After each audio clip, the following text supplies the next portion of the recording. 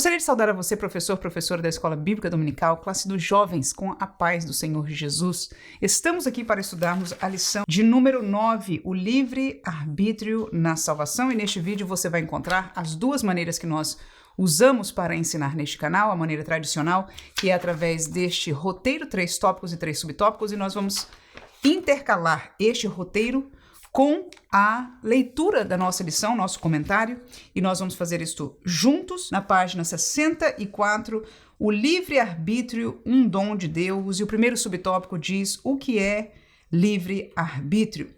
Por livre-arbítrio entendemos ser a capacidade concedida por Deus ao homem de fazer escolhas conscientes e voluntárias entre o bem e o mal, bem como de obedecer ou rejeitar a vontade divina. Neste sentido, como vimos na lição 2, o livro de Gênesis relata que o homem recebeu de Deus o dom do livre-arbítrio. Eu acho esta última frase extremamente importante para nós, inclusive marcarmos, o dom ou a dádiva do livre-arbítrio foi algo que foi dado por Deus para o homem e nunca foi tirado do homem. Você vai reconhecer no passar, no estudar da Bíblia, Deus sempre permite o homem escolher livremente o seu caminho.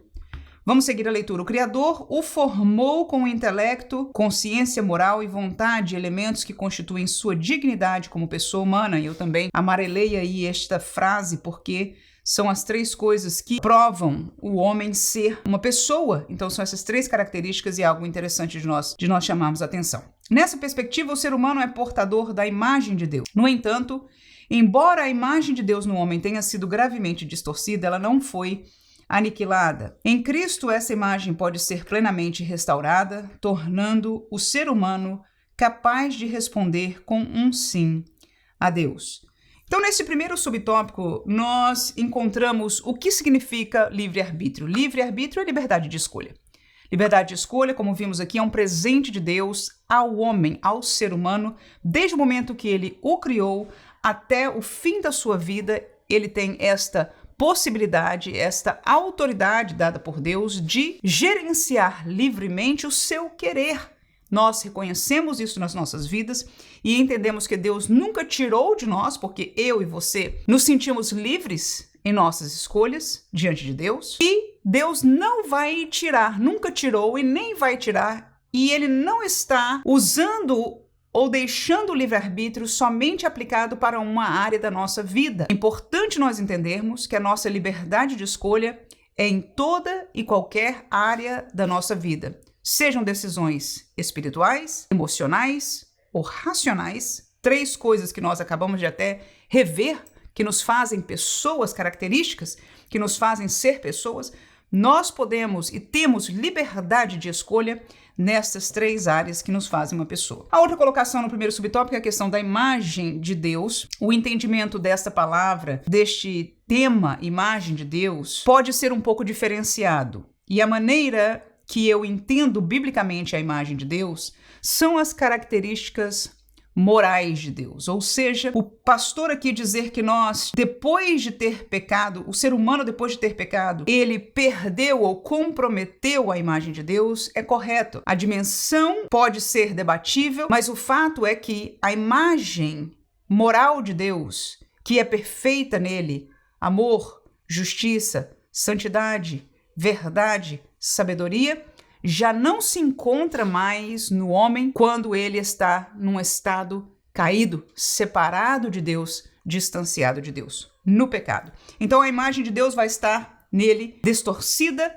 vai ser encontrada marcada ou acabada, mas isto pode ser ou entramos num caminho de restauração desta imagem quando estamos em Cristo. Segundo subtópico, a corrupção total da natureza humana. O pecado corrompeu o ser humano em toda a sua natureza, corpo, alma e espírito, o que significa que o intelecto, as emoções, a vontade, a consciência e a liberdade foram profundamente afetados. Veja a palavra colocada aqui, profundamente afetados.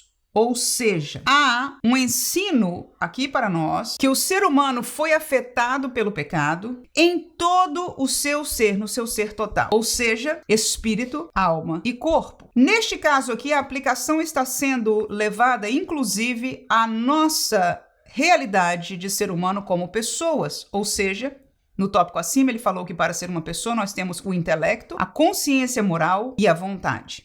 E o que eu encontro na Bíblia é um pouco diferente daquilo que nós estamos estudando aqui, e muitos teólogos concordam com isso, mas o que eu vejo é que sim, o pecado, biblicamente é claro, que nos distanciou, nos separou de Deus. Espiritualmente, nós não temos comunhão com Deus e a nossa alma e o nosso corpo, por consequência, não vai agradar a Deus, não vai se chegar a Deus, não vai se alegrar com as coisas de Deus. Estamos no pecado, separados de Deus. Amém? No entanto, aquilo que Deus nos concedeu como ser humano, como pessoa, quando Ele nos criou com estas características, o pecado não mudou o dom de Deus. Por exemplo, por causa do pecado, nós não deixamos de ter liberdade de escolha. É o que eu vejo na Bíblia, não só para mim e para você, em comparação, por exemplo, a Pedro e Paulo depois de convertidos, ou seja, um crente tem liberdade de escolha e ele ainda pode escolher, estando em Deus, voltar para um caminho mau. Amém? Da mesma maneira, um não crente eu vejo na Bíblia que ele tem liberdade de escolha quando ele encontra-se, depara-se com a revelação de Deus para ele. Ao ele reconhecer o caminho de Deus, ele pode escolher tomar parte dele ou rejeitá-lo, e nós vemos isso claramente no decorrer da história da Bíblia Sagrada. Mais claro para nós fica no Novo Testamento, quando nós entendemos que este caminho é através de crer em Jesus Cristo. Então, neste lugar aqui, nós vamos entender uma diferenciação entre aquilo que muitos ensinam de uma maneira e nós entendemos que estas características pessoais não foram afetadas pelo pecado. Como assim? Eu sou uma pessoa, Deus me fez uma pessoa e aquilo que Ele deu para característica dessa pessoa não foi afetado. Agora, sendo uma pessoa, o espírito foi 100% afetado, distanciado de Deus, separado de Deus. A alma e o corpo também foram afetados indiretamente, porque ao não pertencerem a Deus, como nós já dissemos, eu estou repetindo, não vamos ter comunhão, não vamos fazer com o corpo e com a alma aquilo que agrada a Deus. Isto é natural. Vamos seguir lendo o que o nosso comentarista nos propõe aqui. Esta realidade nos mostra que sem a graça divina, o ser humano é incapaz de escolher o bem espiritual. Na verdade, é algo impossível. Por isso, Deus age previamente de forma graciosa, preparando o coração e restaurando essa capacidade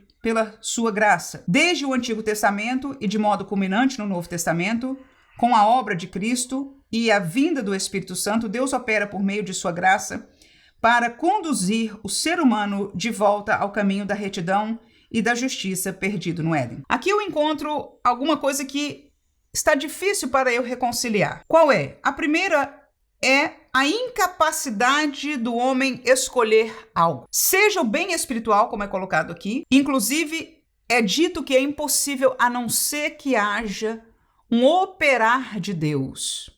E aí vem uma pergunta, por isso eu digo que é difícil para eu compreender isto à luz da Bíblia. A minha pergunta vai ser: esta graça, então, vem sobre algumas pessoas para elas aceitarem ou vem sobre todas as pessoas? Porque se ela vem sobre algumas pessoas, nós estamos nos ajuntando com uma teologia que é conhecida como calvinismo, que aceita que Deus escolheu alguns para a salvação. Portanto, Cristo Jesus não morreu por todos os homens, mas morreu pelos escolhidos, porque Deus houvera escolhido. Neste sentido, vamos entender aqui, a palavra ou a instrução nossa que está caminhando dizendo, olha, é necessário a ação de Deus primeiro, a ação da graça. Não diz só o oferecer da graça, que é a palavra que eu gosto de usar. Veja que é delicado, porque entre o uso de uma palavra e outra, nós chegamos a resultados diferentes. E eu tenho certeza que nós que conhecemos a Bíblia Sagrada, entendemos a realidade da salvação, não vamos chegar a uma conclusão, ou não deveríamos, diferente. No entanto, quando nós instruímos, quando somos professores, quando somos teólogos, quando escrevemos, temos que tomar cuidado com as palavras, porque, felizmente ou infelizmente, elas podem causar este problema que nós estamos aqui vendo. Então, se a graça, ou seja, se existe um poder de Deus que obrigatoriamente capacita o homem a aceitar, vem a minha pergunta. Esta graça está capacitando, vai capacitar? Esta graça capacitará a todos ou somente a alguns escolhidos? Se a todos, então nós ficamos no mesmo lugar. Por quê? Porque se Deus capacitou espiritualmente a todos os homens para receber, o que sobra, o que resta para o homem é o livre-arbítrio. Eu volto a dizer, ele nunca foi comprometido. E se a graça é expressa dando poder a todos os homens de escolher, então nós caímos no mesmo lugar, que fica, no fim, somente dependente da decisão do homem. Agora, se a graça é algo que significa a provisão, a providência de Deus de um caminho de salvação, de uma maneira de salvação, e esta graça, usando o vocabulário que eu prefiro, oferece isto ao homem, então significa que o homem tem o direito de escolha, porque nós já aprendemos aqui, eu concordo 100%, a realidade do livre-arbítrio, e que nunca foi tirada. Então, o homem tem liberdade de escolher em qualquer momento da sua vida, independente de uma ação de Deus. Claro que eu sei que é bíblico, escute por favor, que quando a palavra é pregada, há um poder, uma virtude espiritual nesta palavra. Eu sei, é bíblico, que o Espírito Santo usa a palavra para convencer o coração do pecador. E isto é parte da graça. No entanto, o querer do homem em qualquer estágio do trabalho da graça de Deus está livre para aceitar, para querer as coisas de Deus, para se achegar a Deus, para dar ouvido ao que é o de Deus, para dar ouvido depois que o Espírito Santo o convence, o sim do homem em qualquer instância, como eu vejo biblicamente, ele está livre para escolher, bem como o seu não. O homem pode negar. Quando se fala de Deus, ele pode negar ali. Ele pode negar no caminho da pregação do evangelho, ele diz, tá bom, mas isso eu não quero. Ele pode negar no momento que ele já foi convencido pelo Espírito Santo. Ele tem certeza, ele sabe, ele se encontrou, ele entendeu. Espiritualmente, inclusive, o lugar espiritual que ele se encontra apartado de Deus. E agora lhe resta a decisão e ele pode decidir não. Então eu vejo, biblicamente, que esta capacidade de decidir não foi tirada do homem. Então a graça, no meu entender bíblico, ela oferece o caminho, ela estende e ela atua. Tudo que o homem não pode fazer, ela faz para chegar à verdade e à salvação de Deus à pessoa do homem. No entanto, a escolha do homem é uma realidade em todo este caminhar. E isto, se nós vermos o exemplo que o pastor nos coloca do Antigo Testamento, ficaria ainda mais claro, porque no Antigo Testamento nós não temos este obrar do Espírito Santo. Eu não vou entrar em detalhes aqui, porque a revista não entra nos pormenores da realidade de salvação e da palavra de Deus no Antigo Testamento, mas eu só quero nos chamar a atenção. Se caminhamos com isso que está escrito aqui, no Antigo Testamento ainda vai ser mais difícil nós encontrarmos isso sendo uma realidade. Terceiro lugar, responsabilidade humana. Na Bíblia lemos claramente sobre Deus chamando pessoas a uma decisão consciente. Veja, consciência do homem nunca é tirada. Decisão significa livre-arbítrio. Veja que o texto aí, Josué 24:15. Portanto, no contexto do Antigo Testamento, que não tem o Espírito Santo ativo, que não tem a pessoa de Jesus, o sangue de Jesus existente, no contexto do entendimento, da revelação, a decisão consciente permanece, algo que Deus dispõe para o homem. Em Deuteronômio 30, o Criador coloca diante do povo o caminho da vida e o caminho da morte, o caminho do bem e do mal, e o convida a escolher ao longo da jornada no deserto. Conforme relata o Pentateuco, Deus operou graciosamente a libertação do povo de Israel. Aquelas pessoas testemunharam a manifestação da graça divina diante de seus olhos e assim encontravam-se em condições de responder um sim ou não ao Senhor. Infelizmente, mais tarde rejeitaram ao Senhor. De forma semelhante, o Evangelho de João afirma que a luz resplandeceu nas trevas, contudo o mundo permaneceu indiferente à sua manifestação e se opôs à sua mensagem. Aquele que eram seus não o receberam. No entanto, aos que o receberam voluntariamente, isto é, que creram nele, foi concedido o poder de tornarem filho de Deus. Veja que a palavra creram nele foi a única necessidade de fazê-los tornarem-se filho de Deus. Porque os que eram seus, que supostamente a graça ou a vinda de Jesus, vamos entender que Jesus veio expressar a graça de Deus? Jesus é a fonte maior da graça, o cerne, o centro da graça. Então Jesus veio para os seus, ou seja, A graça de Deus foi estendida para seu povo Israel, é o contexto aqui de João, e eles o quê? Não receberam. Mas aqueles que creram, estes foi-lhe dado um poder. Então, a única coisa que diferencia foi a decisão de crer. Uns decidiram não crer e outros decidiram crer, mostrando que ambos estavam num mesmo estágio, e se alguém estivesse num estágio, se eu tivesse que diferenciar o estágio dos dois, escuta por favor que isso aqui é interessantíssimo e importante. Nós estamos aprendendo biblicamente a verdade aí. Qual é? Se algum dos dois tivesse em melhor estágio, seriam os seus, ou seja, seriam os judeus, ou seja, seria Israel, para quem Jesus veio. Mas estes que estavam no melhor estágio para com Deus, no sentido que já era o povo escolhido, a quem a graça foi manifestada, para quem Jesus, o Messias, foi enviado, estes não receberam. Agora, aqueles que entre os gentios, nós vemos na história bíblica depois, não tinham nada, não tinham graça nenhuma, não tinham nada a seu favor, nem promessa, nem nada, mas porque decidiram crer, foi-lhes dado o poder de serem feitos filhos de Deus.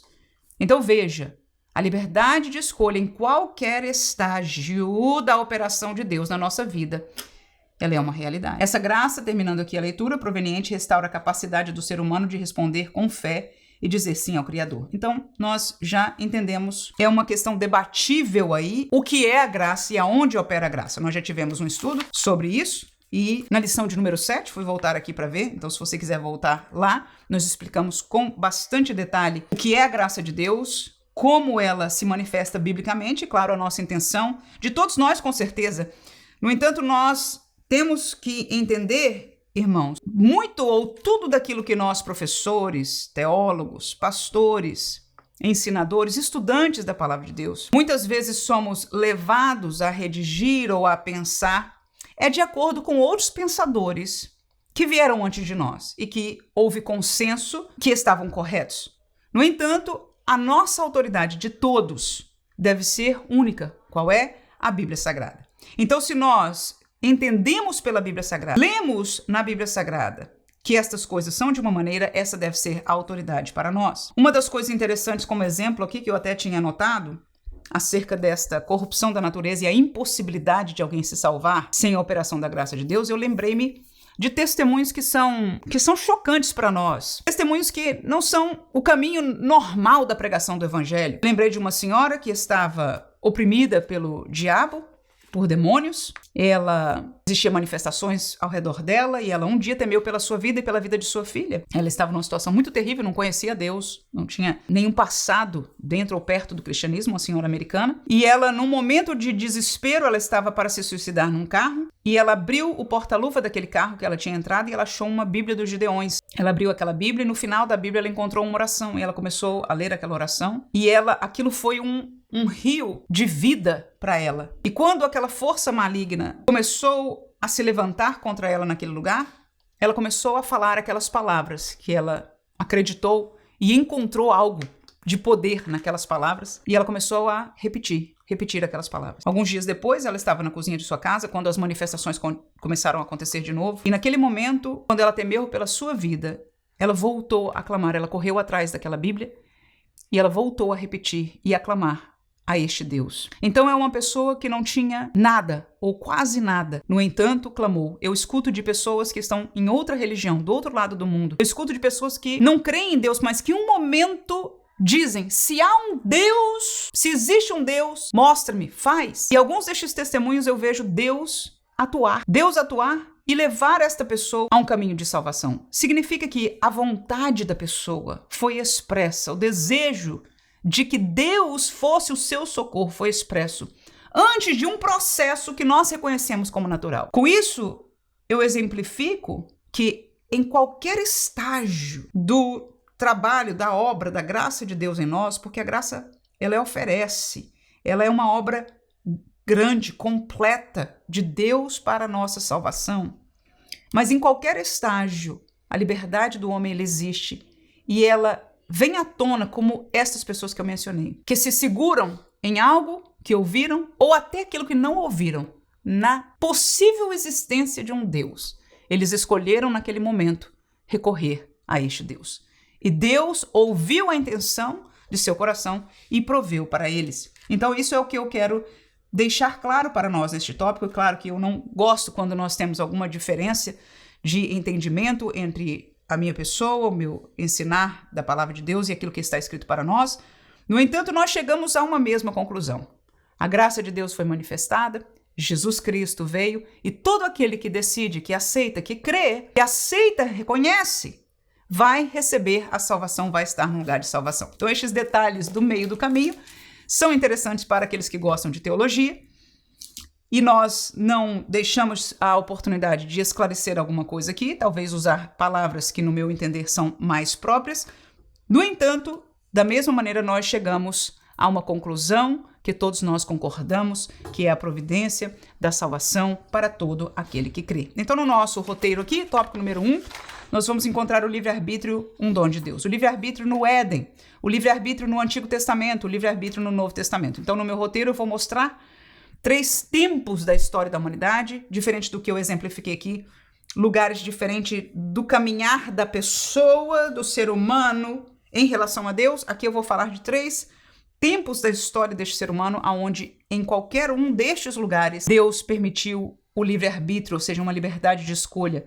Gênesis capítulo 2, versículo 16 e 17, é o livre-arbítrio no Éden que diz: E ordenou o Senhor Deus ao homem, dizendo: De toda árvore do jardim comerás livremente, mas da árvore da ciência do bem e do mal, dela não comerás, porque no dia em que dela comeres, certamente morrerás. Esta é a voz, esta palavra é de Deus. E o que ele está fazendo aí é permitir ao homem uma escolha. Por quê? Porque tudo estava permitido para o homem, e se só ficasse o tudo permitido, ele não tinha como escolher. Ele não tinha como desobedecer. Não há opções contrárias. Por isso, Deus colocou uma objeção somente, uma árvore somente, e disse: dela não comas. E ainda colocou junto o juízo, ou seja, o que aconteceria se o homem decidisse desobedecer contra Deus, mostrando claramente ao homem que isto seria um pecado, desobediência, isto seria algo não aceitável para Deus, e ali o livre-arbítrio do homem foi provado. No Antigo Testamento, é o segundo subtópico, Deuteronômio 11, 26 a 28, nós vimos aqui no texto bíblico Deuteronômio 30, semelhante a este texto de Deuteronômio 11, leamos aí que diz: Eis que hoje eu ponho diante de vós a bênção e a bênção quando ouvirdes os mandamentos do Senhor vosso Deus que hoje vos mando, porém a maldição se não ouvirdes os mandamentos do Senhor vosso Deus e vos desviardes do caminho que hoje vos ordeno para seguirdes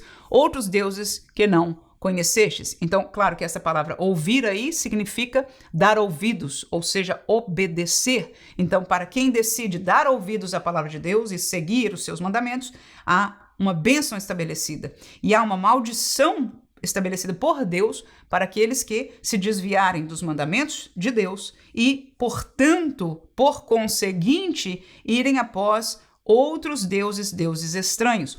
Josué capítulo 24, versículo 15, o nosso comentarista também usou este versículo aqui, que diz: Porém, se vos parece mal aos vossos olhos servir ao Senhor, escolhei hoje a quem servais. Se aos deuses a quem serviram vossos pais, que está da além do rio, ou aos deuses dos amorreus em cujas terras habitais, porém eu, é Josué falando, e a minha casa serviremos ao Senhor. Então veja a proposta de Josué, ao ver que o povo não estava obedecendo fielmente a Deus, pelo contrário, estavam se apartando do caminho de Deus. Ele parou este movimento e disse: olha, a liberdade de escolha Deus deu a vocês. E eu quero aqui trazer uma voz de autoridade. Vocês conhecem a mim, vocês sabem que eu sou o vosso líder e que eu sirvo ao Senhor. Portanto, escolham hoje a quem vocês querem servir. Então estava ali a liberdade para que eles escolhessem e Josué deixou claro a sua escolha. Ele disse: eu e a minha casa ficaremos com Deus, com o Senhor. No Novo Testamento, sabemos que isso é claro. O comentarista também deixou o texto de João 1, 11, 12. Diz: veio para o que era o seu e os seus não receberam. Então está aí alguém que foi negativo à resposta. Com o seu livre-arbítrio decidiram negar a Jesus. No versículo 12 diz: mas a todos quantos o receberam, ou seja, aqueles que quiseram, aqueles que aceitaram, deu-lhes o poder de serem feitos filhos de Deus aos que creem no seu nome. Então este aceitar não foi pela obra, mas foi por crer em seu nome. Mateus capítulo 7, 13 e 14 ainda mostra Jesus claramente estes 2 caminhos, esta possibilidade de escolha do homem, todos eles. Todos nós. Entrai pela porta estreita, porque larga é a porta e espaçoso o caminho que conduz à perdição, e muitos são os que entram por ela, e porque estreita é a porta e apertado o caminho que leva à vida, e poucos há que a encontrem. Então Jesus apresenta 2 caminhos, um caminho agradável, largo, uma porta espaçosa, grande, um caminho estreito, uma porta estreita. Ele diz o que marca a diferença destes 2 caminhos, não é verdadeiramente, pelo menos para nós, o interessante, não é o caminho em si, porque claro, muitos vão para o largo porque é muito mais fácil entrar, é muito mais fácil permanecer. Mas o problema é que Jesus deixa claramente o fim de cada um destes caminhos e ele coloca diante de nós, dos homens, de nós que lemos o Evangelho, a escolha. E ele diz, porfiai por entrar, entrai pela porta, aleluia, esta porta que leva à vida eterna. Então está aí claramente o livre-arbítrio sendo um dom de Deus desde o Éden, durante o Antigo Testamento e no Novo Testamento. Claro que se você não lê a revista neste tópico, somente usa os tópicos do roteiro, você não vai ter que falar sobre aquilo que eu falei, dizer diferente ou dizer igual, se você concorda com esta colocação aqui e entendeu que a minha explicação não tem fundamento bíblico, você com certeza pode somente repetir o que está na revista. Você também pode ler a revista, não explicar, mas depois usar como explicação somente o nosso roteiro aqui. Geralmente, principalmente em lições como essa, eu uso o recurso do roteiro, que é exatamente aonde nós temos em comum. Esta realidade foi o ensino central do primeiro tópico, que é o livre-arbítrio, um dom de Deus, e nós comprovamos biblicamente que isso é um tópico bíblico e nós, através desses textos aqui, concordamos plenamente que o livre-arbítrio é uma realidade dada por Deus desde o Éden até os dias de hoje e com isso estamos todos de acordo para a glória de Deus. Amém? A graça, a necessidade da graça, e você vai ver que esta lição vai ser um pouco complicada para mim, porque, como eu disse, o entendimento da graça às vezes está um pouco diferenciado na sua atuação e em algumas coisas eu vou estar esclarecendo estas realidades bíblicas, segundo o meu entendimento, e você vai poder comparar. No entanto, depois de ler o nosso texto, mais uma vez, nós vamos dar para você um roteiro aqui que vai facilitar e vai colocar Bíblia, vai colocar os versículos, nós vamos ler os textos e com isso, com certeza, nos alegraremos. A necessidade da graça, a vontade humana corrompida, página 66 lá em cima.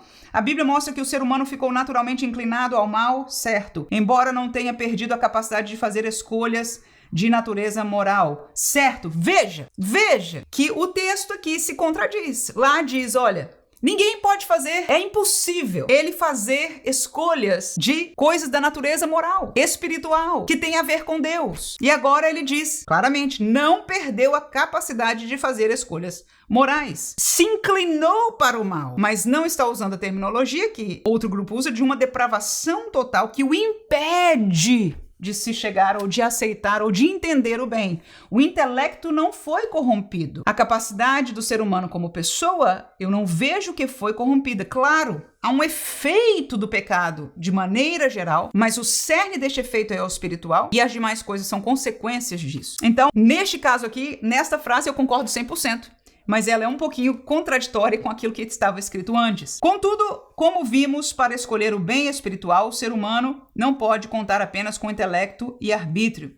É preciso mais do que isso. A história revela que, por meio da observação natural, o ser humano pode chegar à conclusão da existência de Deus. Perfeito. Uma colocação boa, mas não explica tudo. Ela, na verdade, se desviou um pouquinho. Mas tudo bem. Entendo qual é. Romanos 1 explica exatamente isso. Que as coisas criadas dão testemunho de um Deus. Portanto, Deus tira a desculpa dos seres humanos em relação ao conhecimento dele, porque a própria criação dá testemunho da sua existência. Em outras palavras, há uma expectativa de Deus, só pelos seres humanos conhecerem a natureza, de entenderem, de confessarem que existe um Deus. É o que em teologia, vou seguir a leitura aqui, denominamos de teologia natural ou revelação geral. No entanto, é impossível alcançar a salvação e ao mesmo tempo ter um relacionamento com Deus apenas contemplando a criação de modo geral. Claro, perfeito. É necessária uma graça especial pela qual o coração humano seja profundamente tocado pela revelação divina, tal como nos é apresentado na bendita pessoa de Jesus Cristo na ação do Espírito Santo. Aí é onde eu me questiono. É necessária uma graça especial? Na Bíblia eu encontro é necessário crer e se arrepender. E como crerão se não há quem pregue? Então é necessário pregar. Amém? Foi necessário Jesus? Foi necessária a morte e a ressurreição? Foi necessário a ordem de Jesus, num certo sentido, de pregar, ou seja, o que era necessário era pregar? E aí, se você crer e se arrepende, você alcança. Não vejo uma revelação divina. Vejo a palavra ser pregada. Não vejo uma ação sobrenatural sobre a pessoa para que a pessoa possa crer, a não ser pela obediência daquilo que nós acabamos de afirmar. E vem uma pergunta que faz essa colocação um pouco mais perigosa. Vou repetir, eu já falei dela, mas eu preciso que você me entenda aqui. Qual é? Então, esta graça especial que está escrito aqui é dada a todos ou só a alguns escolhidos? E isso é muito forte, porque se é necessário uma graça especial para que a pessoa se salve antes da escolha da pessoa, então para quem a graça especial está sendo concedida, por favor? Nós não podemos concluir como pentecostais clássicos, como assembleianos, como quem acredita na nossa declaração de fé, chegar à mesma conclusão que o calvinismo chegou. Nós não concordamos com isso, porque não é bíblico. Mas ao ver, ao entender, ao colocar palavras assim, nós estamos caminhando para cá, porque eu pude questionar claramente a quem é dada essa graça especial. E se esta graça especial, por exemplo, vou chegar mais perto para tentar me acertar aqui com isso, é dada àquele que quer a Deus, então, essa pessoa livremente escolheu chegar-se perto, escolheu dar ouvidos, escolheu ouvir a palavra de Deus e crer. Agora, esta graça encontrou-o aí. Eu sei que, irmão, existe coisa espiritual, isso é um mistério de Deus. Mas em algum lugar, o querer do homem encontrou com a graça que oferece, a graça que provê. Esse é que é importante. A graça bíblica, ela provê uma saída, ela oferece, ela não pode capacitar o homem antes da escolha. A escolha do homem, ela é paralela, é o lado do homem. E o lado de Deus é o que ele provê. Ninguém poderia prover, só Deus pode prover. Aleluia! Ninguém pode oferecer, porque quem provê pode oferecer. Quem tem é que pode dar, não é assim? Então, Deus faz isso, é a graça. E o homem, em algum deste lugar, a graça encontra com Deus. E o que faz o homem tocar é exatamente o seu querer. Amém? Então vemos aí, né, esta pergunta agora, a todos ou a um escolhido? Então, se esta graça que é especial é dada a todos, nós ficamos no mesmo lugar. Significa que todos têm, portanto, todos podem escolher. Tá complicado, não é? Mas ao mesmo tempo não. Me diz aí, por favor. Se você não entendeu de jeito nenhum essa minha colocação, porque eu sei que é uma pergunta difícil de entender, filosófica em relação a este texto aqui. Mas se você entendeu, coloca no comentário. Diz, irmã, eu entendi o que a irmã estava querendo dizer aí. E se você discorda, por favor, não diga palavras feias para mim. Só diga se você quiser. Diga que você discorda e tá tudo certo.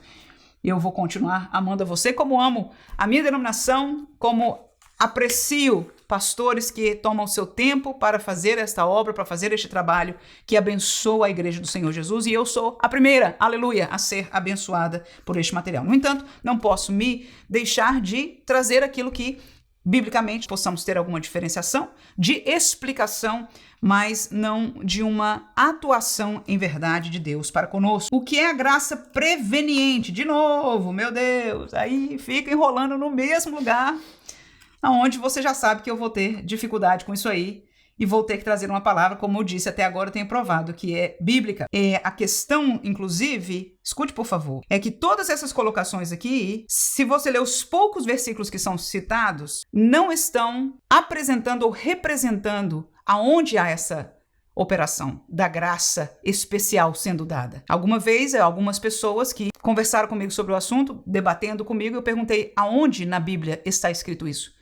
De que versículo você pode tirar e provar isso que você está me dizendo? E eu não encontrei ainda a resposta. Versículos A, você vai ver aqui, mas estes versículos, quando nós vamos ler, não comprova isso. A graça preveniente é uma expressão teológica que se refere à ação amorosa e soberana de Deus, cujo propósito é despertar o coração do pecador para a grandeza da sua misericórdia e amor. Então, será que a graça preveniente opera em todos? Trata-se de uma graça que antecede a conversão, sendo ela que capacita o ser humano a arrepender-se e a crer em Jesus Cristo para a salvação. Então, ela opera em todo mundo ou ela opera em alguns escolhidos? Esta graça preveniente. Porque se opera só em alguns, nós estamos no caminho do calvinismo. E nós não somos calvinistas porque a Bíblia não aceita esse entendimento de que Deus escolheu alguns para a salvação e outros para a perdição. Então nós temos que crer, se há uma graça preveniente, essa graça preveniente foi dada a todos. E se ela foi dada a todos, ficamos no mesmo lugar.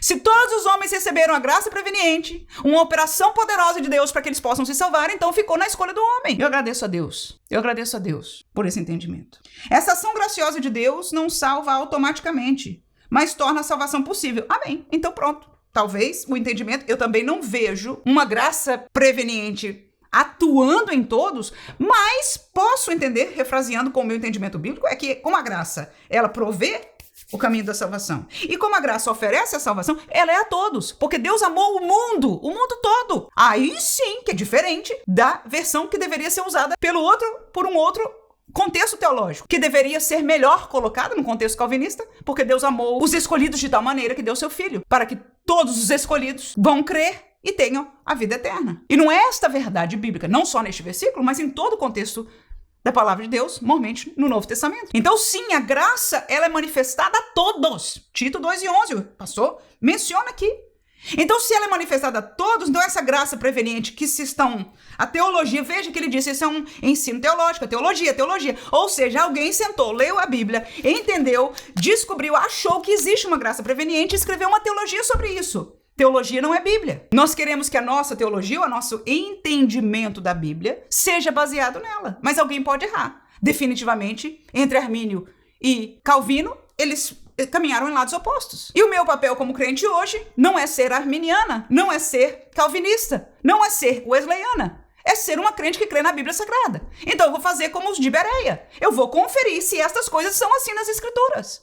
E é somente a isso que eu convido a todos que nos assistem, que acompanham conosco, que são professores. Agora, volto a dizer, eu teria muita dificuldade de dar uma classe dela, de explicar isso para a minha turma, principalmente se são pessoas mais simples, principalmente, eu acho que quase todos. Somente um grupo de obreiros que tem maturidade para isso, é que eu leria esta lição e apresentaria esta outra colocação. Por quê? Porque, irmã, mas não estaria certo a gente falar a verdade para todo mundo conhecer a verdade?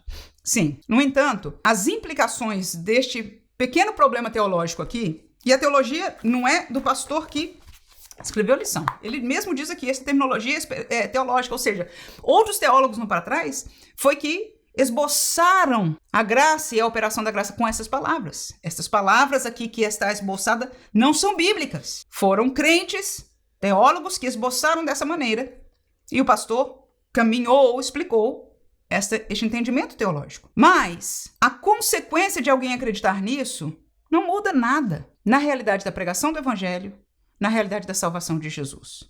Agora, onde é que está o perigo? É que traz um questionamento que eu fiz. Mas espera aí, nem todo mundo vai fazer este questionamento. Então, o problema disso aqui é mínimo. Existe? Existe. Mas é mínimo. Então, a minha sugestão é que você, como professor, não entre no mérito. Não entre no mérito. Aprenda. Se alguém perguntar, responda. Se você quiser, depois de ouvir esta classe, e precisar voltar para trás, volte, porque você é professor, você precisa aprender. Volte, veja nos textos bíblicos que nós colocamos, na nossa explicação, na nossa reflexão, porque talvez até o comentarista, ao ouvir isso, possa se questionar. E aí você conclua e pode trazer uma coisa simples para uma explicação. Talvez, como algumas vezes eu falo, olha, irmãos, tá certo, mas eu explicaria com essas palavras. Pronto. E ao eu explicar com as minhas palavras, eu já faço o caso da maneira que está biblicamente correto. No entanto, se você também ler tudo e não falar nada contrário e usar este roteiro para ensinar este tópico, eu acho que vai ser mais fácil e eu penso que essa seria a minha opção. No entanto, se fossem obreiros, os alunos, ou para você que tem o privilégio de estar ensinando, eu sei que a classe dos jovens provavelmente não é ensinada aos obreiros, mas se você vai usar isso aqui um dia, vai dar um estudo, é válido nós instruirmos com este nível de entendimento. Amém? Vou terminar o tópico aqui, que diz, no finzinho da 66, primeira parte, neste sentido, essa graça é universal, se é universal para todo mundo, pois abre o caminho para que possam ser salvos todos. Aí ele até diz, Tito 2:11, é suficiente, pois torna eficaz a obra da salvação na vida dos que se arrependem e creem em Cristo Jesus.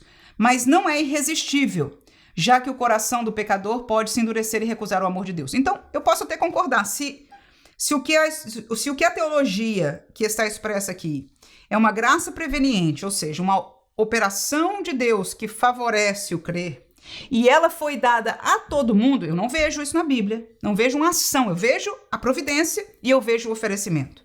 Eu vejo um chamado à pregação do evangelho. Tudo isso eu vejo. Mas uma atuação espiritual preveniente, da maneira que é colocada aqui, não vejo. Mas, se ela existe e ela é dada a todos, amém. Talvez eu simplesmente não esteja vendo. Vamos dizer que ela exista e ela seja dada a todos? Verdade. E aí a segunda palavra que ele usou aqui é exatamente para nos ancorar numa definição, num entendimento que não é o calvinista. Qual é? É que ela é resistível. Porque o calvinismo, o mesmo que aceita que há pessoas que são marcadas para a salvação e outras para a condenação, ele também aceita que, portanto, a graça, esta graça preveniente, ela não pode ser resistida. Ou seja, a quem Deus estender esta graça para a salvação, essa pessoa não tem poder para resistir à graça de Deus. Não tem entendimento para... não tem o que for. Simplesmente não resiste à graça de Deus. Não pode resistir. Porque ele foi escolhido, a graça tem que entrar nele e tem que salvar ele. Então faz sentido para uma teologia que toma um rumo que, mais uma vez, eu não concordo que seja bíblico. Porque pela Bíblia, e o nosso comentarista refaz isso muito positivamente, a graça, ela é resistível. Ou seja, alguém pode dizer não, mesmo que ela tenha sido trazida e entendida. Nós chegamos a um tema aqui, não é? Que a pessoa pode ter escutado, entendido, que é um pecador, que precisa entender o sacrifício de Jesus, entendeu e creu, mas no fim disse, não quero, prefiro, como disse João, capítulo 3, né? Preferiram o mundo, por quê? Porque as suas obras eram más. Então, isso pode acontecer e é o que o autor está dizendo aqui. Essa doutrina mostra que, embora o ser humano seja espiritualmente morto por causa do pecado, Deus, por sua iniciativa, move-se em direção ao pecador com graça, convidando-o. Tá aí a palavra bíblica. Tá aí a palavra bíblica, pastor. Muito obrigada. Porque, veja, por isso que eu digo que às vezes a gente, mesmo querendo bem, porque no fundo, nós estamos no mesmo Cristo, no mesmo Espírito. Então ele diz aqui, olha, a teologia assim diz isso. Mas quando ele conclui com suas palavras, ele diz, tá aí, a graça convida. Aleluia. Isso mesmo. Amém. A graça convida. E o texto que ele coloca é mais um dos que prova esta realidade. 3. Como essa graça opera? Ai, meu Deus, vamos lá. E o pior é que os 3 tópicos são sobre isso, né? Meu Deus. No Antigo Testamento, Deus operou essa graça por meio de sua revelação a homens como Enoque, Noé e especialmente por meio da eleição de Abraão, da formação de um povo para representá-lo na terra. E aí esta graça, sim, no Antigo Testamento é mais complicada da gente entender essa salvação de Deus. Porque mesmo, não foi nessa revista, mas numa outra revista, mostrava a graça operando em coisas que não eram espirituais. E aí são graças diferentes. Esse é que é o problema, que existem palavras na Bíblia que ela tem entendimentos diferenciados. A palavra em português tem o mesmo nome, mas ela significa coisas diferentes. Então, um livramento humano de uma guerra, de uma batalha, não é o mesmo livramento da morte eterna, da condenação eterna. Mas bem, vamos seguir o comentarista aqui. Essa foi a graça em ação na antiga aliança. Na nova aliança, ou seja, ele diz que no Antigo Testamento a graça revelava através da eleição, através de coisas, mas é bastante diferenciado. Eu não faria esta ponte entre esta graça atuando, somente eu faria se for no seguinte sentido. A graça de Deus que permite perdão de pecados, que permite o conhecimento de Deus, claro que ela teve em atuação sempre, inclusive no Antigo Testamento. Então, tudo que Deus age para com o homem, no sentido de possibilitar a salvação ou o perdão dos pecados, que significa salvação, porque vai ser salvo, vai chegar ao céu quem não tem pecado, quem conseguiu ficar livre do seu pecado, e quem permanece em pecado vai ser condenado. Então, ela foi apresentada, ou seja, o favor de Deus foi apresentado no Antigo Testamento, mas é completamente diferente na Nova Aliança. Essa mesma graça opera por meio da obra redentora de Cristo no Calvário, que trouxe a luz aos homens. Ela é aplicada pela atuação do Espírito Santo, convence o mundo do pecado, da justiça e do juízo. Assim, o Deus triuno age de forma antecipada, graciosa e soberana, habilitando o ser humano a responder com fé à oferta da salvação. Então tá bom, então aqui caminha do mesmo jeito, uma graça que é dada a todos. Ela convence o mundo do pecado, da justiça e do juízo. É o Espírito Santo quem faz. Aí vem a Bíblia. O Espírito Santo só convence isso quando a pessoa vem ao conhecimento da verdade através da palavra ser pregada, de ser, não é, ouvida de alguma maneira. Eles ouve de um Deus, ele entende que está em pecado e aí o Espírito Santo é aquele que vem convencer, fazer esta palavra tornar-se uma realidade espiritual na vida de cada um. Essa graça ilumina o entendimento, toca a consciência e desperta o pecador ao arrependimento, preparando o coração a fim de que creia para a salvação. E aí eu ainda questiono aonde se impede o crer. Não é que ele está impedido antes de crer, mas é que ele pode ainda não ter o conhecimento. Por isso, por exemplo, como aquele texto que diz, como crerão se não há quem pregue. Então, isso é uma lógica de caminho e por isso é necessário biblicamente, claramente, é a Bíblia, é a palavra, né? E aí depois a pessoa pode, ao conhecer a Deus, crer em Deus. A pessoa pode ignorá-la ou render-se e atendê-la. Portanto, pela sua graça, Deus acende a luz da salvação em nosso interior, mas cabe a cada um de nós dar o passo da fé e seguir por esse caminho que conduz à vida eterna. A graça é um presente de Deus. Veja como fica mais fácil quando nós fazemos um roteiro assim, que a gente não precisa se complicar com o demais. A graça é um presente de Deus. A graça provê, a graça oferece e a graça é irresistível. Prova bíblica, a graça provê. Tito 2:11 diz, porque a graça de Deus se é manifestado, trazendo salvação a todos os homens. Ou seja, a graça oferece, provê salvação para todo mundo. Agora minha pergunta para você, todo mundo é salvo? Não. Por quê? Porque é o problema de escolha.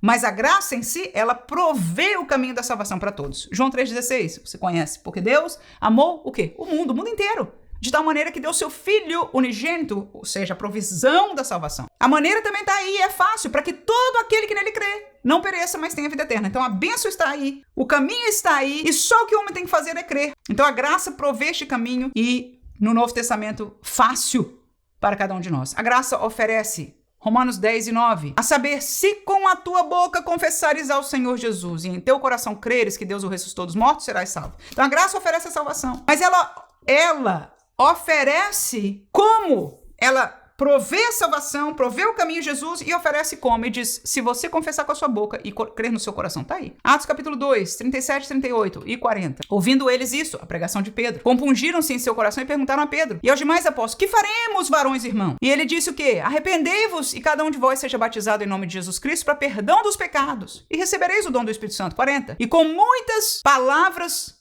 isso testificava e os exortava, dizendo, salvai-vos desta geração perversa. Então a graça, ela oferece o caminho é prover, a graça provê o caminho, a graça oferece este caminho. Como então, irmãos? Se arrependam, se convertam, saiam, salvem-se desta geração perversa do mundo. 1 João 1:9. Se confessarmos os nossos pecados, ele é fiel e justo para nos perdoar os pecados e nos purificar de toda injustiça. O contexto aqui não é do mundo agora, é desse aqui, caso é crente. Então a graça está disponível, ela é oferecida a crente. Não, o crente também, mesmo que, claro, o texto aqui do nosso estudo é a graça para a salvação. Mas eu quis abrir um parênteses aqui. A mesma graça que oferece esse caminho para o não crente, oferece no caminhar do crente. E o caminho é qual? Se confessarmos os pecados, está aí. Então você quer ser perdoado dos seus pecados, crente? Você quer ser purificado do seu coração, que já está se tornando imundo, mesmo você estando dentro da igreja? A graça oferece uma saída para você. Você já conheceu a graça salvadora e já entrou neste caminho, mas pode estar se perdendo por aqui. E a graça diz, se você confessar os seus pecados. Se você confessar os seus pecados, tá aí. Então a graça oferece. E a graça é irresistível. João capítulo 12, 46 a 48. Eu sou a luz que vim ao mundo, Jesus dizendo, para que todo aquele que crê em mim não pereça nas trevas. E se alguém ouvir as minhas palavras e não crer, eu não o julgo, porque eu vim não para julgar o mundo, mas para salvar o mundo. Quem me rejeitar a mim e não receber as minhas palavras, ou seja, quem dizer não, quem quiser, saiu das trevas. Quem não quiser, já tem quem o julgue. A palavra que tenho pregado, essa o há de julgar no último dia. Então está aí. Então a revelação, se houvesse uma graça preveniente na minha leitura bíblica, por favor. Essa graça se chama a palavra de Deus, a revelação. Jesus Cristo é o verbo que veio. A palavra, depois que o verbo se revelou, foi escrita. E esta revelação seria, para mim, se eu tivesse que teologicamente colocar aí, fazer seria a graça proveniente. Porque quem vai julgar é esta palavra. Quem facilitou aqui no contexto do que Jesus está falando é a palavra. Quem ouvir a minha palavra e crer, e quiser, e receber, vai sair das trevas. E quem não receber, ou seja, como ele diz na última texto aí, quem me rejeitar e não receber as minhas palavras, quem vai julgar é a própria palavra. Então, terceiro e último tópico, a salvação é uma escolha capacitada pela graça. A salvação é um dom gracioso, eu estou na página 67. A salvação é um dom gracioso de Deus, oferecido livremente a todos os homens por meio de Jesus Cristo. Esse dom não é imposto, mas exige uma resposta humana marcada por arrependimento e fé. Perfeito. Essa resposta revela o exercício verdadeiro do livre-arbítrio. Perfeito. Pois o pecador, tocado pela graça, escolhe voluntariamente, escolher é a parte dele, o que lhe cabe, render-se ao chamado divino. Apenas o homem e não Deus pode render-se, arrepender-se e crer. Perfeito? É a parte do homem. Essa entrega deve ser consciente, decidida e pessoal, que demonstra não apenas o mover de Deus, mas também a responsabilidade humana auxiliada pela graça diante da salvação. Assim, a salvação é ao mesmo tempo obra divina e resposta humana, ambas cooperando sob a soberania da graça. Perfeito. A salvação é obra divina em prover e oferecer. E a obra do homem é aceitar, crer, acertar e se arrepender. Pronto, tocou os dois a salvação. Amém? Que bênção. 2. Perseverança e livre-arbítrio. Após a conversão, dotado de livre-arbítrio, depois da conversão, o cristão é chamado a perseverar voluntariamente na fé. Perfeito. A gente até deu um texto sobre isso aí. A Bíblia adverte que é possível afastar-se de Deus, como mostra a exortação contra o coração incrédulo e desviado, e o risco real de decair da graça. A nova vida em Cristo exige decisões diárias de fidelidade, pois andar com o Senhor requer continuidade e firmeza. Perseverar é viver em obediência ativa, respondendo à graça com temor e responsabilidade. Então veja que a graça continua operando em nós, crentes. Então, esta graça em nós não é a graça para a salvação, mas não deixa de ser a graça de Deus. Amém? Então, nós vemos aí que ela é a mesma, ao mesmo tempo ela é diferente, ela tem aplicações diferentes. Mas aqui, 100% verdade. Então, essa doutrina da perseverança é bíblica, alguém pode perder. Já o calvinismo não aceita isso. Ele diz que o que é salvo, porque foi escolhido por Deus, não pode resistir à graça de Deus e, portanto, ele vai permanecer fiel até o fim e vai ser salvo, porque Deus o marcou para a salvação, chamam eles a predestinação. Isso não é bíblico. Eu tenho até um e-book, né, um livro digital, que está no meu site, profmanuelabarros.com/livros, e você pode encontrar este livro lá, muito bíblico, pequeno, curto, mas suficiente para você entender essa doutrina bíblica da perseverança. Trata-se de um compromisso constante com a verdade do evangelho, sustentado pela graça, mas exercido com a vontade livre e regenerada. Perfeito. O crente deve, portanto, agora sim, já está regenerado. Portanto, escolher todos os dias andar com Cristo, negando a si mesmo e tomando a sua cruz. Perseverar é escolher pela graça, continuar dizendo sim ao chamado de Deus. Perfeito, perfeito e perfeito. O debate já aconteceu, eu espero que, se você está aqui ainda comigo, eu agradeço a Deus por isso, porque foi um teste para cada um de nós, para eu poder falar isso e para você continuar aqui escutando. Glória a Jesus. E, contudo, eu sempre gosto de dizer que nós devemos todos, a começar de mim, permanecer em humildade diante da palavra de Deus, da revelação. Com isso eu quero dizer que alguma vez já aconteceu que eu defendia ou entendia alguma coisa e alguém me colocou uma outra visão, uma outra colocação bíblica, e eu fui ver a comprovação bíblica, porque para mim isso é que é o importante. E eu cheguei a concluir diferenciado. Claro que era um assunto que, como eu disse, né, era muito mais nova na minha fé quando eu concluí isso. Foi uma coisa que eu aprendi antes, em verdade, de ser alguém estudante da palavra de Deus, da teologia, etc, etc. Mas pode acontecer. Eu quero me colocar numa posição e eu estou sempre aberta, como a minha liderança espiritual, meu pastor, que me formou doutrinariamente, sempre esteve aberto. Ele sempre dizia essas palavras. Ele diz: eu aceito qualquer um me desafiar, mas venha com a Bíblia, e só a Bíblia. Ou seja, se você... Não estou dizendo com você, né? Mas se você quer desafiar alguma coisa, um entendimento, então vamos provar com a palavra de Deus aonde está aquela realidade. Mas volto a dizer, agradeço que você chegou até aqui. A graça, então, uma escolha dada por Deus. Em primeiro lugar, a graça é manifestada em Cristo. Segundo, a graça é oferecida a todos. Terceiro, a graça é recebida pelo que crê e se arrepende. A graça é vivida pelo que persevera. Então está aí o caminho completo da doutrina bíblica da graça. Ela é manifestada em Cristo. João 1,17. Aqui vai ser palavra, palavra, palavra, palavra. Eu não vou falar muito. A palavra vai falar por si mesma.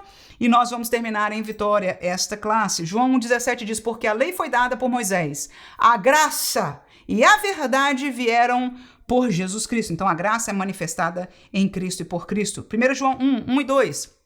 O que era desde o princípio, o que vimos com os nossos olhos, o que temos contemplado. Quem seria esse? E as nossas mãos tocaram da palavra da vida.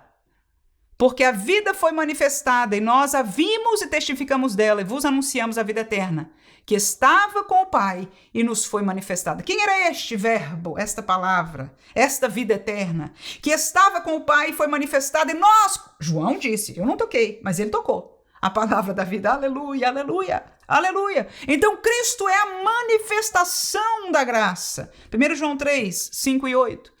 E bem sabeis que ele se manifestou para tirar os nossos pecados, e nele não há pecado. Quem pratica o pecado é do diabo, porque o diabo vive pecando desde o princípio. Para isto o Filho de Deus se manifestou.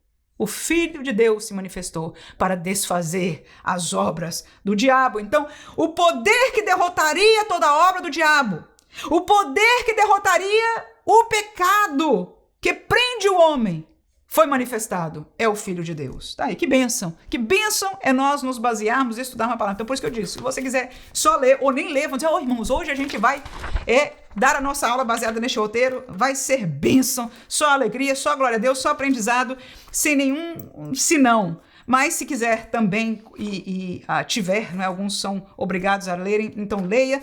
Se você entender de fazer algum comentário, faça. Se não, passemos ao roteiro, porque eu sei que esse aqui, porque é Bíblia pura, vai abençoar a todos. A graça é oferecida a todos. A graça, ela é oferecida. Ela não tem uma atuação sobrenatural necessariamente antes da decisão. Claro que toda operação espiritual de Deus, ela é espiritual. E ela é parte desta graça. Entendo perfeitamente. E reconheço a atuação do Espírito Santo, da palavra, tudo isso é espiritual. Mas ela é oferecida a todos. Foi falado em parte aqui, e aí a Bíblia está dizendo que é isso mesmo. 1 Timóteo 2:4. É Deus que quer que todos os homens se salvem. Tá aí o querer de Deus. Todo mundo vai se salvar? Não, mas o querer de Deus é isso. E que venham o quê? Ao conhecimento da verdade.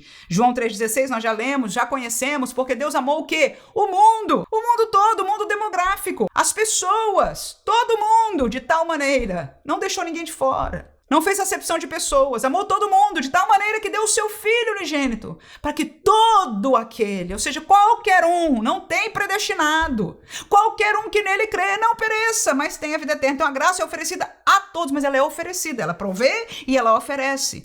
João capítulo 1, versículo 12 e 13. Mas a todos quantos o receberam, todos, deu-lhes o poder de serem feitos filhos de Deus. Aos que, digo eu, somente precisaram crer no seu nome, versículo 13, os quais não nasceram do sangue, nem da vontade da carne, nem da vontade do varão, mas de Deus. Então, este nascimento, esta obra foi da vontade de Deus e ela é feita pela operação de Deus. A graça é recebida pelo que crê e se arrepende. Marcos, capítulo 1, versículo 15, dizendo, o tempo está cumprido e o reino de Deus está próximo. Arrependei-vos e crede no evangelho. Está aí a entrada da graça. Marcos, capítulo 1, comecinho lá da história de Jesus, os evangelhos, história de Jesus, começo. Quer saber o caminho? Crer e se arrepender. Atos capítulo 3 e 19, já depois do tempo de Jesus, começo da era da igreja.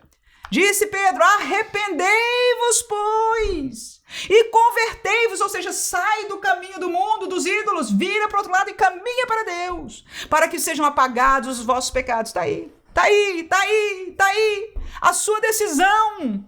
E se você decidir, o poder de Deus vai operar em você, apagando o seu pecado. Então a graça, ela é recebida. Agora a graça proveu Jesus. A graça ofereceu pela pregação de Pedro, pela palavra. Aleluia. E agora vem o crer e se arrepender. A graça é vivida pelo que persevera. 1 João 3:9. Qualquer que é nascido de Deus não vive na prática do pecado, porque a sua semente permanece nele e não pode viver pecando porque é nascido de Deus. Ou seja, a graça é vivida por quem persevera. Se alguém está em Deus, não vive pecando, exatamente porque está em Deus. A semente, a verdade espiritual está em nós. Gálatas 5:16. Digo, porém, andai em espírito e não cumprireis. Ou seja, vai ser uma consequência se você andar em espírito. Se você andar em espírito. Se você andar em espírito, agora é uma pergunta muito interessante, o que é andar em espírito? Não vou responder aqui. Mas tá falando, se você andar em espírito, ou seja, perseverar, andar, seguir andando. Sim ou não? Se você na sua vida como crente anda em espírito, então você não vai automaticamente cumprir a concupiscência da carne. Tá aí uma prova prática do texto de 1 João. Lucas 10:42. Mas uma só é necessária, disse Jesus. Amar. E Maria escolheu a boa parte, a qual não lhe será tirada. Que isso? Maria, na sua caminhada com Cristo, teve uma escolha. Agora não é escolha para salvação, agora não é graça para salvação. Mas naquele momento, ela disse, olha, eu posso fazer comida depois pro povo. A gente faz uma coisa rapidinha aí, mas agora eu estou aqui vislumbrada. Quantas oportunidades eu vou ter de escutar o mestre aqui? Ela sentou e ficou escutando a palavra, ficou lá se alimentando. E quando a outra veio atribulada perguntar para Jesus, Jesus deu essa resposta para ela, chamando a atenção para nós de que o importante, a graça, ela é vivida por aquele que persevera nas coisas espirituais, no caminho espiritual. Lembra andar em espírito? E aí faz sentido o texto de 1 João. Que Deus possa nos ajudar em nome de Jesus a ensinar esta aula. Amém? Eu aqui já acabei a minha missão. Eu não ensino aos jovens, então enquanto eu compartilho essa lição com você, foi aquilo que eu me propus e que o Senhor nos ajudou a fazer. Deixo agora na sua mão a batata quente, como alguém diz, né?